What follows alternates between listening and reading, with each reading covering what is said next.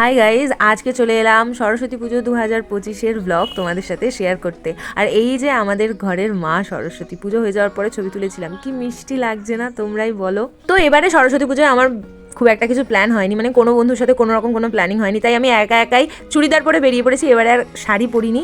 যাই হোক, তো জানো তো আনএক্সপেক্টেড প্ল্যানগুলোই না সব থেকে সাকসেসফুল প্ল্যান হয়। আমি তো একা একা কালকে বেরিয়ে ভীষণ মজা পেয়েছি। এবারে বলি, এই যে একটা কিউটেস্ট সরস্বতী দেখতে পাচ্ছ, এটা কিন্তু চোরবাগান সার্বজনীনের। এইখানের দুর্গাপুজোটাও যেমন মারাত্মক হয়, তেমনই সরস্বতী পুজোটা যে এত সুন্দর হয় সেটা কালকে না গেলে জানতেই পারতাম না। আর দুর্গাপুজোর মতন এত মানুষ যে সরস্বতী ঠাকুরও দেখতে বেরোয় সেটা আমার ধারণার জাস্ট বাইরে ছিল।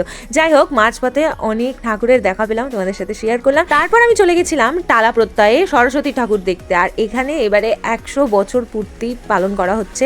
এই সরস্বতী ঠাকুর দেখে আমি তো পুরো স্পিচলেস, মানে এত স্নিগ্ধ, এত শান্ত, এবং ব্যাকগ্রাউন্ডে সেতার শরৎ বাজছে, মানে পুরো আবহটাই এত সুন্দর সৃষ্টি হয়েছিল, সেটা যারা সামনে থেকে দেখেছে তারা বাদে আর কারোর পক্ষে ভিডিও বা ছবি দেখে বোঝা সম্ভবই নয়। তারপর গুটি গুটি পায়ে বাড়ি চলে এলাম। এবার বাড়ি আসার পথে মা ত্রিপুরা সুন্দরীকেও একটু দর্শন করে নিলাম।